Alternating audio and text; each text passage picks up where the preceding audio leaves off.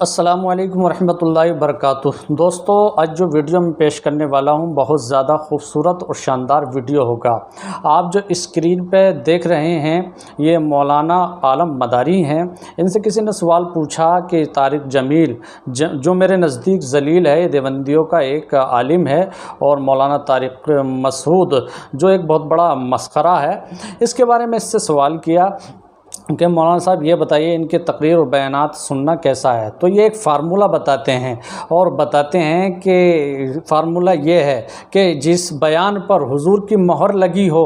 اس کو ایکسیپٹ کر لیں گے اور باقی کو جو ہے ریجیکٹ کر لیں گے۔ اب میں آپ کو یہ بات بتا دوں کہ دیکھیے یہ فتویٰ میں آپ کے سامنے رکھ رہا ہوں، یہ دیوبندیوں کے یعنی دارالعلوم دیوبند سے یہ فتویٰ دیا گیا۔ کسی نے سوال کیا کہ میں ڈاکٹر ذاکر نائک کے جو ہے بیانات سنتا ہوں، لوگ کہتے ہیں کہ وہ غیر صحیح اور غیر تحقیقی بات بولتے ہیں، تو کیا میں ان کے بیان سنوں یا نہ سنوں؟ تو اس کے جواب میں دارالعلوم دیوبند کے عالم دین نے لکھا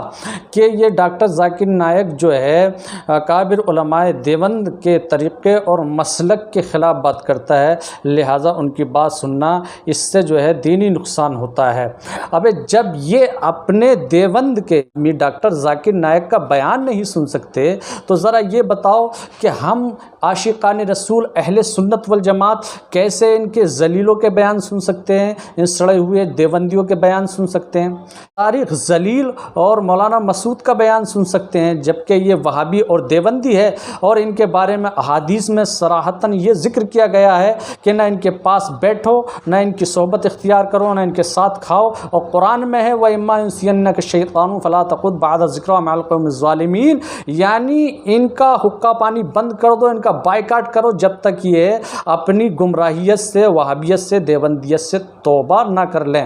اور میں ایک بات بتا دوں آپ کو، مفتی شریف الحق نے بھی لکھا ہے کہ ان کے بیانات یعنی وہابیوں کے، دیوبندیوں کے بیانات سننا ناجائز و حرام ہے۔ مجھے تعجب ہوتا ہے یہ مولانا عالم مداری، میں آپ کو بات بتا دوں کہ مداری حضرات کے سلسلے میں علماء کرام کا یہ بیان ہے کہ یہ اہل سنت والجماعت ہی ہیں، لیکن یہ پتہ نہیں ہے کہ یہ جو مولانا عالم مداری ہے اس کے بیان سے ایسا لگتا ہے کہ ان نے وہابیت پھیلانے کا جو ہے وہابیوں سے ایگریمنٹ کر لیا ہے اور فرینڈ شپ کر لی ہے کہ میں ایک راستہ کھول دیتا ہوں وہابیت پھیلانے کا۔ تو دیکھیے ان سے بچ کے رہیں۔ یہ تعجب ہوتا ہے، یہ اپنا آپ کو مفتی کہلاتا ہے، یہ مفتی نہیں بلکہ مفت کا مفتی ہے جو لوگوں کو گمراہ کر رہا ہے، جو اہل سنت کا لبادہ اوڑھ کر کے عاشقان رسول اہل سنت والجماعت کے نوجوانوں کو گمراہ کر رہا اور کہہ رہا ہے اس بیان پر حضور صلی اللہ تعالیٰ علیہ وسلم کی مہر لگی ہو اس کو ایکسیپٹ کر لو، باقی کو ریجیکٹ کر لو۔ ایسے ایک لا علم آدمی کو پتا ہوگا